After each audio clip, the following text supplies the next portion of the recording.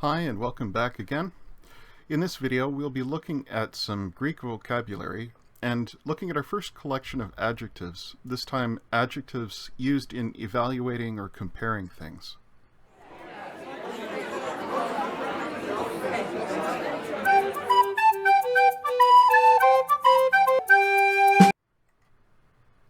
You can call something good by using the adjective kalos, kale, kalon, which means excellent. And this can be used in several different spheres of life. It can mean something is beautiful, excellent in form, morally good, excellent in action, or skillful, excellent in performance. It can really point to excellence of any kind. Agathos, agathe, agathon, on the other hand, is a more specific term for something being morally good.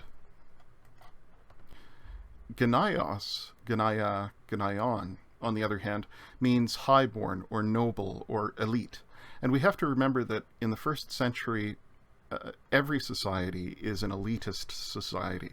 So to call something genaios wasn't just to refer to somebody's birth, it was also to impute to that thing or that person a superior quality. They're noble. You can call something bad by calling it kakos, kake, kakon, of bad quality.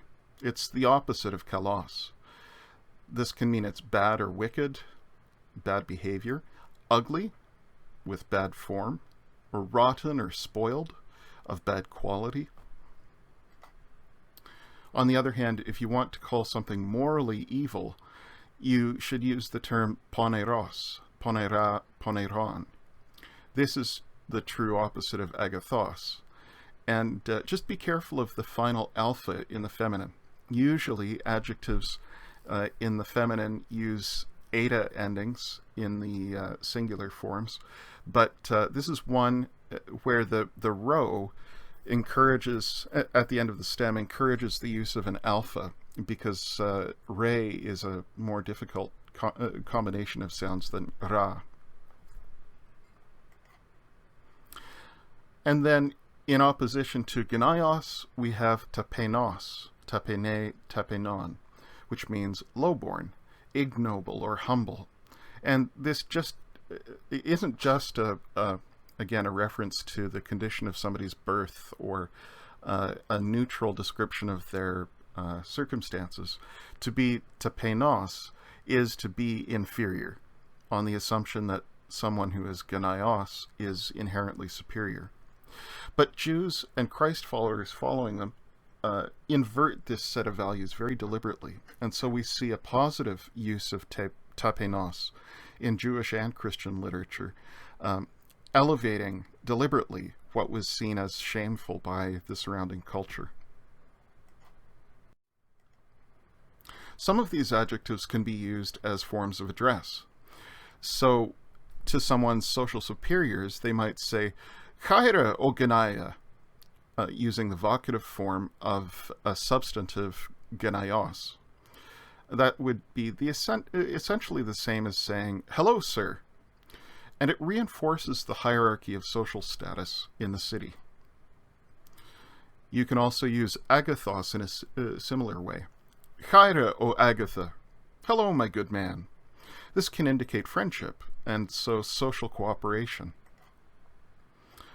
And kalos. You can say, Chaira o kala. Hello, beautiful, or hello, excellent man. This emphasizes that the value of the person you're talking to is in the beauty or usefulness that they contribute to society. There are some value-laden oppositions, one of which begins with the adjective plousios, plousia, plousion. Again, notice the alpha ending in the feminine. This means rich. It's one who has ha or ta plutos, wealth.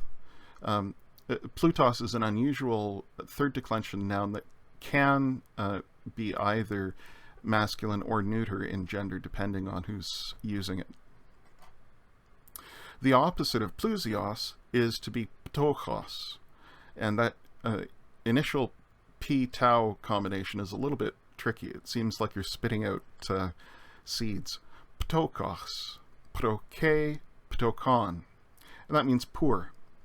Social status was determined more by birth than by wealth, and so you could have someone who was a genios ptochos, a poor person who was of noble birth, but that would always involve some conflict with the people around them about whether they were honorable or not.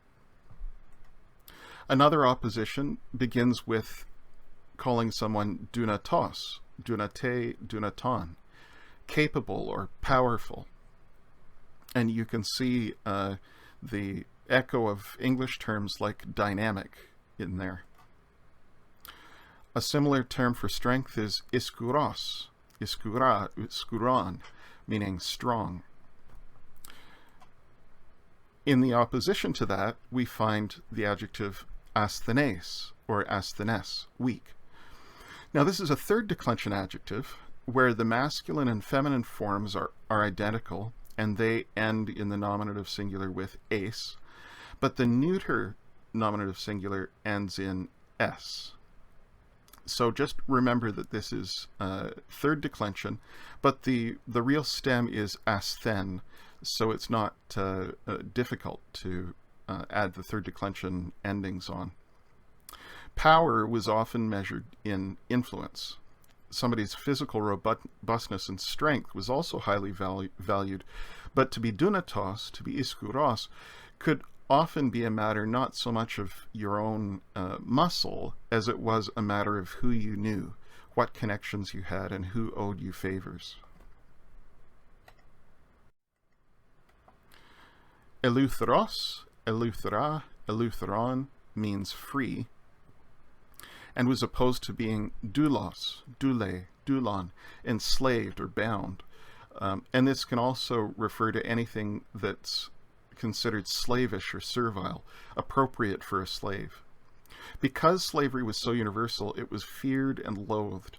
To be enslaved was to be less than human. And this is ironic because slavery wasn't based on ethnic identity. Greeks and Romans themselves were often enslaved. And yet, once your freedom was lost, you were considered suddenly subhuman. On the other hand, if you regained your freedom, you returned to human identity, at least in part. Language of eleutheros and doulos was often used metaphorically in Greco-Roman ethics. We should not be doulos to our passions. Instead, the Greeks and Romans valued rational self-control, freedom from desire, and this is what makes one truly eleutheros. Again, the Jewish tradition sometimes challenged this evaluation, suggesting that all should be doulos to God. And this then, in Christian language, becomes typical of someone like Paul, who refers to himself over and over again as the doulos Christou, the slave of Christ. If you want to refer to something being the same, you can use the pronoun autos, aute, auta, which we've learned before, but use it as if it were an adjective. So ta auta teknon means the same child, and hethugeter aute means the same daughter. On the other hand, if you want to say that something is other, is different, you can use the term allos, alle, allo. Note that the neuter singular ending is just an omicron with no nu, much like auta. This is another thing that is of roughly the same kind. So allos doulos is another slave. On the other hand, if you want to refer to something as completely different, other of a different kind, you use the term heteros, hetera, heteron, other or different. And so heteros topos is maybe not just another place, it's a different place. The term auto, when we use it in the sense same, has an echo in our automobile. An automobile is something which moves itself, auta. On the other hand, words like heterosexual come from the Greek heteros, different. someone who's attracted to the different gender. We can order things and people with terms like protos, prote, proton, which means first. And that can be first in value, first in order, first in a whole variety of senses. In contrast, something can be eschatos, and this is where we get our term eschatology, because it means last. And so eschatology is the study of things that happen at the end, the last things. Protos and eschatos often express one's place in time, in status or honor, and really in any kind of competition. Everyone in the ancient world was constantly aware of their place in the social hierarchy, and the top and bottom of that hierarchy were protos and eschatos. Hekastos, hekaste, hekaston means each one. And another important pronoun to become familiar with is tis, t, but this time without the accent. Now, I said before that tis without the accent had a different meaning than tis with the accent.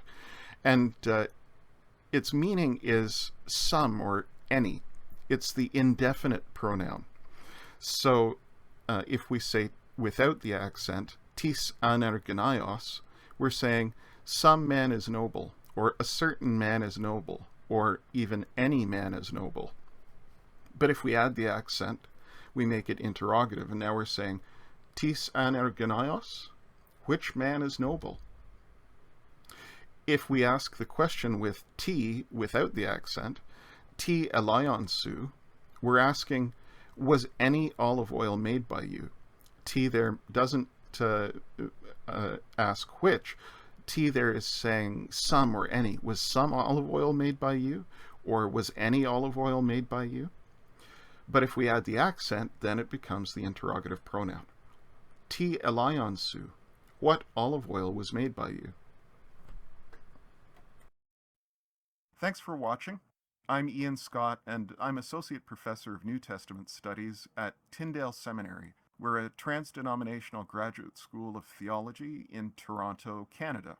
This video was produced as part of my web app called Paideia, an interactive space for learning the Hellenistic Greek of the New Testament and other early Jewish and Christian writings, as well as the whole Hellenistic world. If you haven't tried out Paideia, you can find the app at learngreek.ca/Paideia. You can find the whole playlist of my Greek videos by clicking the link here. And if you appreciate free learning resources like this, don't forget to click the like button below and subscribe to my channel.